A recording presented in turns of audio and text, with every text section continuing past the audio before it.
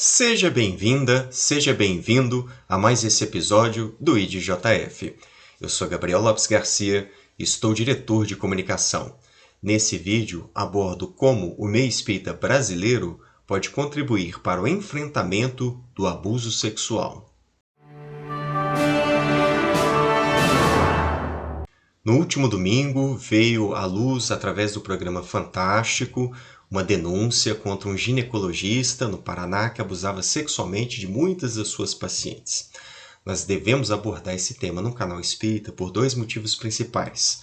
Primeiro deles, o abuso sexual é uma realidade muito frequente em nosso país. A maior parte das vítimas são mulheres e nós temos muitas crianças e jovens que são vítimas de abuso sexual no nosso país. Então é um problema grave que perpassa toda a sociedade e que por isso merece a nossa atenção, a nossa análise, para que a gente contribua no enfrentamento dessa grave questão. E segundo motivo, em particular nesse caso, porque esse ginecologista suspeito de cometer esses abusos, que está sob investigação tanto da polícia quanto do conselho médico, é porque se trata de uma pessoa espírita e que participa ativamente de atividades na sua cidade, na sua região, e que inclusive já participou de seminários, de discussões sobre planejamento familiar. Então isso torna a situação peculiarmente mais grave ainda para nós que participamos dos movimentos espíritas brasileiros. Então eu queria chamar a atenção da importância de nós enfrentarmos esse tema e esse problema dentro das instituições espíritas. Nós não somos uma bolha na sociedade, estamos defesos de todos os problemas, de todas as dificuldades que existem no meio social. A gente tem que ter uma pegada bastante realista de perceber que nós espíritas somos constituídos também de uma variedade de pessoas, de comportamentos e de intenções. Os predadores sexuais se encontram por toda parte na nossa sociedade e também vamos encontrá-los participando das atividades espíritas. Então nós devemos enfrentar essa questão. Quais são os tópicos que eu penso para que a gente possa fazer isso? Primeiro deles, aprender a denunciar esses crimes quando a gente saiba que eles estejam acontecendo. Saber identificá-los e ajudar as pessoas que cheguem a nós nas atividades espíritas especificamente, e se isso acontecer nos centros espíritas, que a gente tenha os recursos, que a gente tenha o preparo para denunciar legalmente esses abusos. Romper uma cultura de silenciamento, de não falar nada, para não gerar um constrangimento, sabe isso? Para não queimar o filme daquela sociedade, a gente tem que proteger a vítima. E para que a gente possa protegê-lo, uma das primeiras ações é denunciar aquele que está cometendo os abusos. A gente tem as delegacias especializadas em várias cidades. A gente tem o Disque Denúncia, que é 180, vou deixar até aqui na tela, que é um serviço gratuito, nacional, 24 horas por dia, anônimo, onde a gente pode fazer essas denúncias que vão ser encaminhadas para a devida investigação. E a gente criar uma rede de proteção daqueles que estão sofrendo, daqueles que já foram também as vítimas desses abusos sexuais.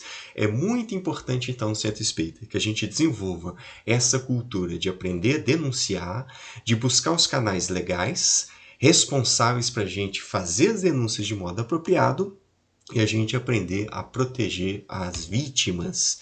E aí é preciso a gente superar essa cultura da broderagem, sabe isso? Dos homens se protegendo naquilo que estão cometendo de crimes e de absurdos, e a gente romper esse silenciamento. Tá? Mais importante do que preservar uma suposta imagem de uma instituição é a gente proteger as vidas e a dignidade das pessoas que estão sofrendo esse tipo de ação. Um outro ponto que nós devemos enfrentar é a educação. A gente precisa falar sobre esse tema nas nossas palestras, nos grupos de estudos, nos trabalhos de educação espírita com as crianças e com jovens, ensinando essas pessoas a aprenderem a identificar quando há ali uma relação abusiva, os toques inapropriados, as conversas inadequadas e por aí vai. A gente tem que ensinar as pessoas a reconhecer isso, estabelecer os limites e a buscar ajuda. E a gente tem que levar isso também para as reuniões, no sentido de conscientizar também as pessoas daquilo que é adequado ou não. sobre consentimento, sobre respeito. Reparem que tudo isso é uma aplicação prática de princípios gerais ensinados pela moral espírita, que é a regra de ouro, da gente não fazer aos outros aquilo que a gente não gostaria que as pessoas fizessem conosco. Então é muito importante esse trabalho educativo, que passa em trazer esse tema à luz, falar sobre ele, identificá-lo, trabalhar livremente nas conversas de modo responsável, com esse embasamento doutrinário, no respeito, com uma regra super importante de moral espírita. E nesse trabalho educativo, eu entro com o terceiro ponto, que é mudar de perspectiva. Eu percebo que a sexualidade é tratada ainda no meio espírita brasileiro de modo muito medieval, de modo religioso tradicional, muito baseado no medo, na culpa, no pecado. Esses são os discursos moralistas, são os discursos de submissão da mulher. Eu mesmo escrevi um artigo especificamente sobre essa cultura do estupro e os movimentos espíritas, e vou deixar aqui no link, o link aqui na descrição do vídeo também, para quem quiser se aprofundar nos argumentos que eu trabalho lá. Mas é muito importante a gente mudar essas perspectivas, a gente acompanhar a evolução que parte da sociedade já está fazendo, de como que a gente lida com sexualidade, com gênero, com orientação sexual, com respeito que é devido às mulheres, com consentimento. Talvez essa seja a palavra mais importante quando a gente trata a respeito do abuso sexual. Então, nós espíritas, enquanto cidadãos, participando das diversas instâncias da sociedade, temos compromissos éticos de saber nos conduzir e, claro, saber nos portar diante dos outros, para que a gente não assuma também comportamentos criminosos e sejamos apenas mais um hipócrita aí no meio da multidão. E temos também o dever de fazer nas nossas instituições espíritas mecanismos sociais, ferramentas de educação das pessoas, de denúncia dos crimes e de criar as redes de proteção para as vítimas, porque é isso que nós aprendemos com a moral ensinada pelos espíritos. E para quem tiver na dúvida se isso seria caridoso ou não, Kardec aborda esse problema no Evangelho segundo o Espiritismo. Quando eu digo esse problema, da denúncia de um mal praticado, não especificamente do abuso sexual. Kardec quer saber se não seria útil, em alguns casos, a gente descobrir o mal alheio, torná-lo público.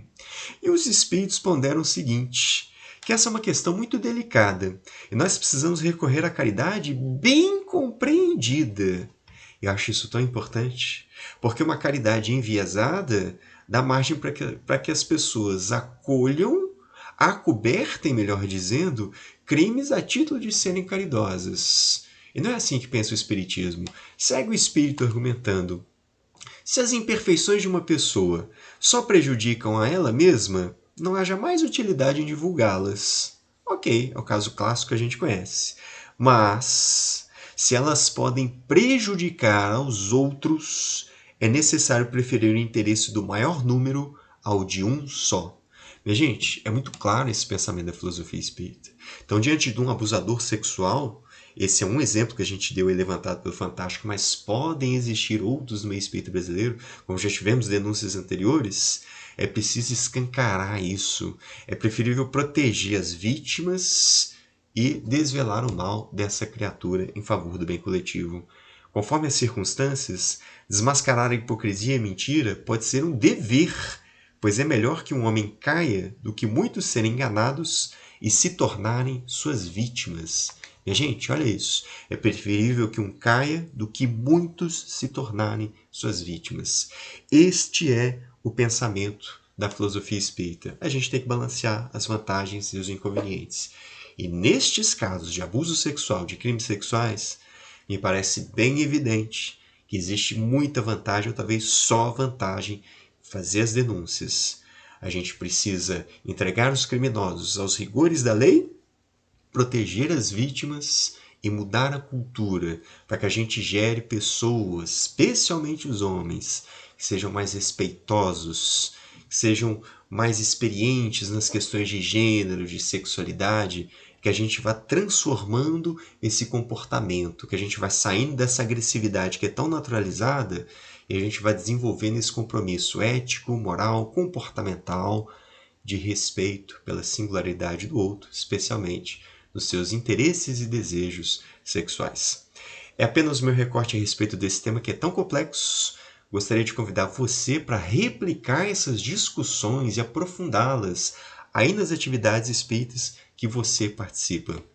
Se você gostou desse vídeo, peço para curtir, compartilhar, dar uma força para a gente divulgar a filosofia espírita.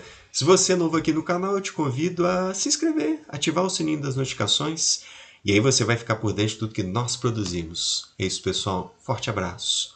Até a próxima.